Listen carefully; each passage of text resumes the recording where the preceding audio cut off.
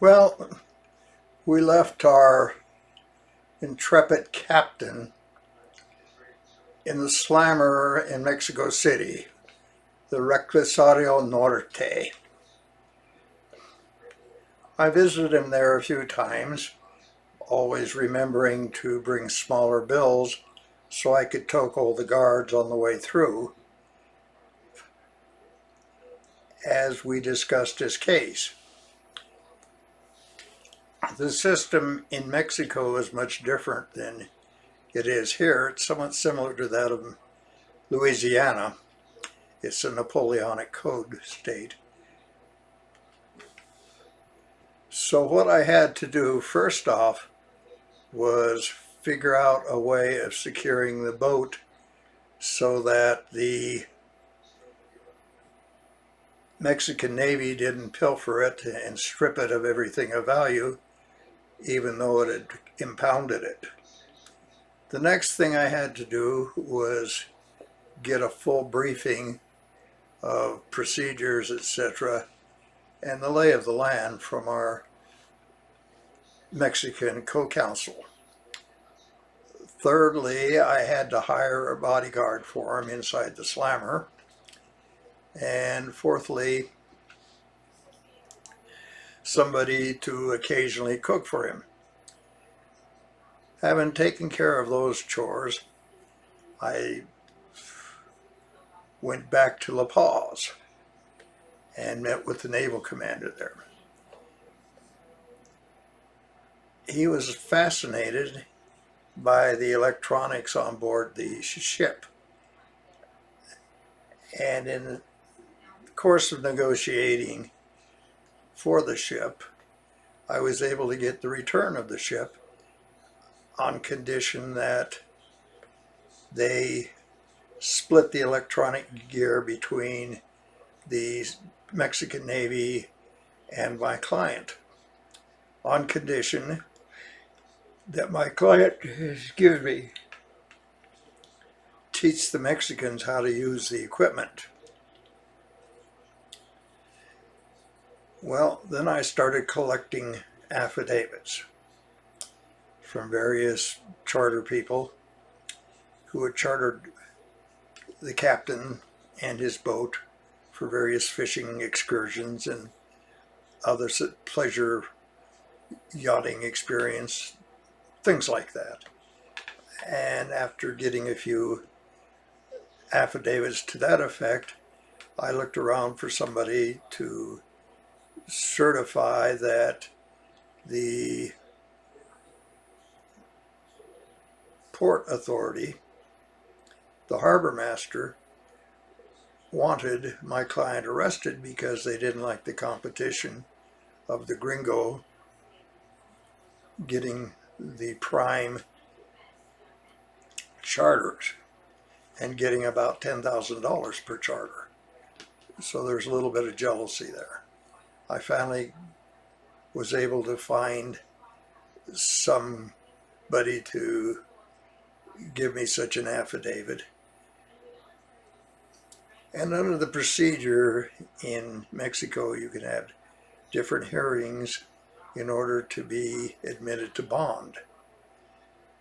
There was one hang-up, though. I told my client that he ought to enroll in something useful in order to get more points from the prison and the Reclusario to aid in him getting a bond. Well, he volunteered to teach a course to the Hispanics about English, and also another one about navigation for the would-be smugglers there, I suppose. In any event, it sort of backfired because the prison officials didn't want to release him because they didn't have anybody to finish up teaching his course. So we made a compromise there that he would be out on bond but would come back and teach his course until the time of the course had expired, after which he could leave the country. So after that course expired, we went to La Paz, picked up the ship, and proceeded south through the Panama Canal.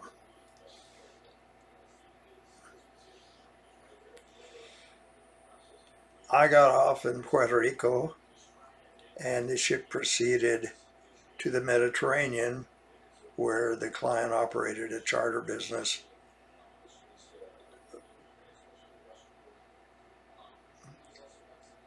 Upon arrival,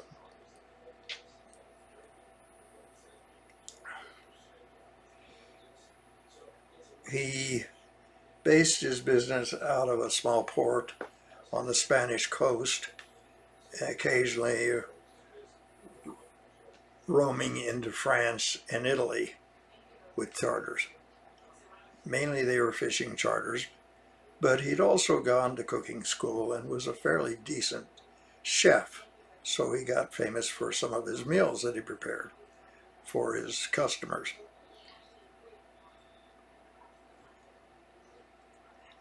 After spending a few years in Europe, he came back to the States and went home to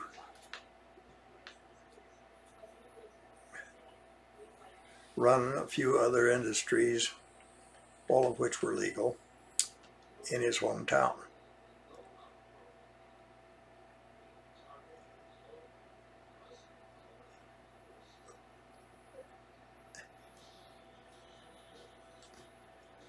What I learned from the experience is there was a big difference between the local policeman and the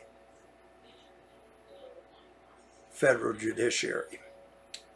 And in fact, I must have made a few friends, because later there was an attempt to hire me by the judiciary police to negotiate a prisoner exchange. They had kidnapped an alleged DEA prisoner who was in actuality a CIA agent in a Mexican town. What they wanted recognition from the Reagan administration that they would quit interfering with local politics. As was explained to me by the Mexican officials, Mexico had one political party, and that was the People's Revolutionary Party. And that party had two wings, and each wing supported its activities and campaigns, etc., by clandestine drug sales, which the CIA had agreed to stay out of. But apparently some cartel activity and expansion there and some other things caused the CIA to break its promise. Also, politics were involved, because what happened was the administration introduced paraquat into the equation. And paraquat was designed, it was a defoliant and designed for marijuana crops. Well, the left wing of the PRI supported its activities with marijuana sales, and the right wing with heroin sales, actually brown tar heroin.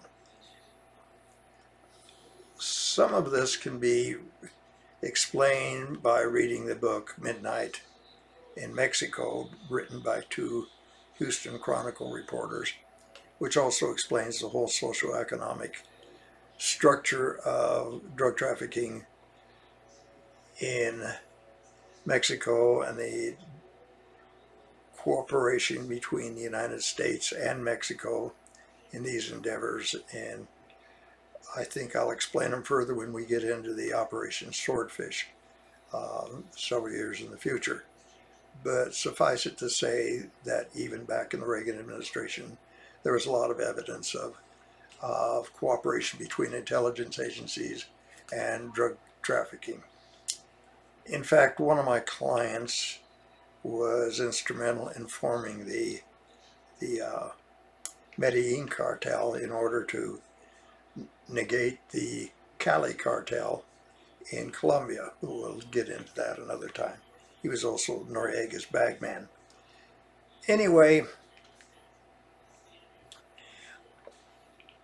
they were quite concerned about the Paraquat sales, and what they wanted was an hour of primetime television and an appointment with the Reagan administration regarding that, none of which I was able to secure.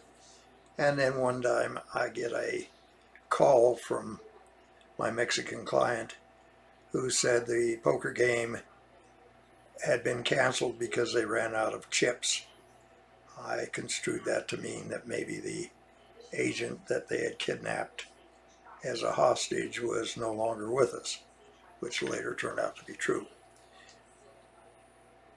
Anyway, that's how I started into that whole arena there, was with this case in Mexico.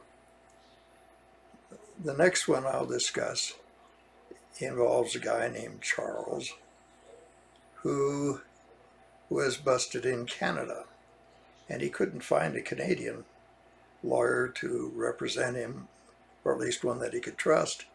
So he hired me, and off I went to Mexico, or to Canada. And the case involved the Canadian Research Council Translation Branch, hash smuggling,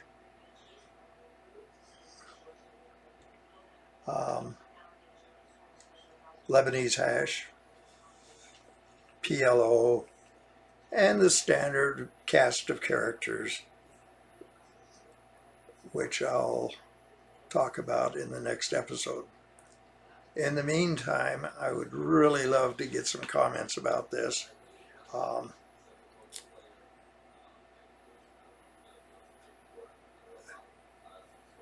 I don't know what to say other than the fact I have a few regular readers. I need to have more for me to continue. I hope sometime to get volunteers maybe to transcribe some of this and help me that way to keep track of what I've said and what I haven't. I don't script this, I don't make notes. The difficulty I have is I've deeded all of my files to a major university to archive and index at a later date, and because of the fact that clients are involved, I have to be very careful not to present anything that might be able to identify them, unless of course they're deceased, which happened to the Mexican client, or at least the ship captain. It was really interesting registering his boat. We formed a corporation in Liechtenstein. A subsidiary in Panama registered the boat in Panama and had powers of attorney for both the registration and also a corporation renting the boat under another corporation, which was the operator of the tourist business. And the Liechtenstein attorney that worked with me on this was the same attorney that handled the shipping for the Onassis family. In any event, I hope you enjoyed this. Please comment.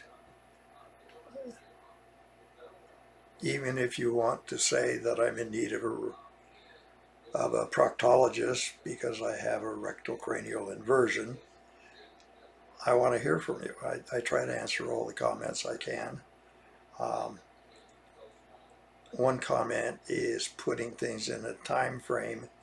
I'm reluctant to do that because sometimes record checks could reflect the name of an innocent or even a guilty party to which I owe some sort of duty.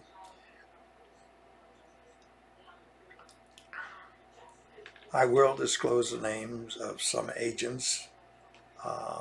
If you followed my blogs, I've talked about a couple of them one story appeared in Penthouse at one, or Playboy, I guess it was at one time.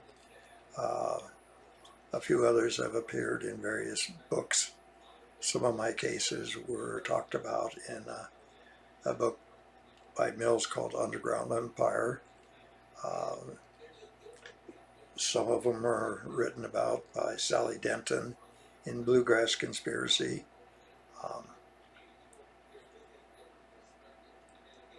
Others were written about by Doug Valentine in his books on the DEA.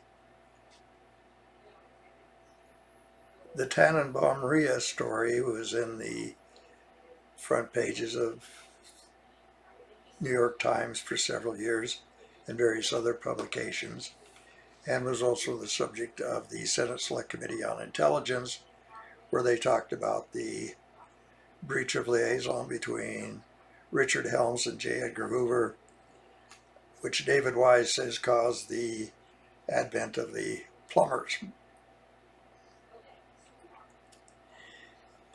I'll try to make it interesting. I avoided really getting into great detail. I can get into great detail if somebody wants to take me out for coffee or some other method. I can get into more details as more of my clients croak. I have to differentiate between those whose cases I handled and those in which I was conferring or consulting politically. Sometimes the two crossed,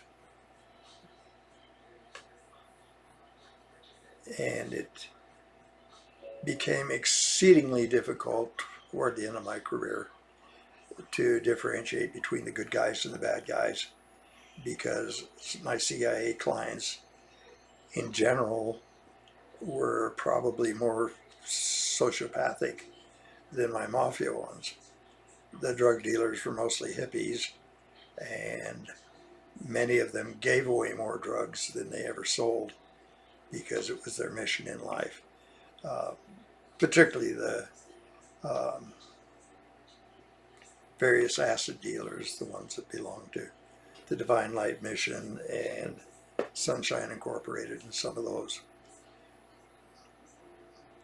However, during the Vietnam days, many of the weed dealers were political activists and gave away a lot of dope in order to organize students and give voters and get people to actively pursue various causes, particularly in the area of civil rights and anti-war. So if you enjoy this, please refer me to others. And I'd like to build my subscriber list as much as possible. If you don't enjoy it, you can quit watching. I don't really care one way or the other. But I do want to get my story out as best I can. Thank you for watching, and thank you for your comments. And you take care and have a good week. Bye.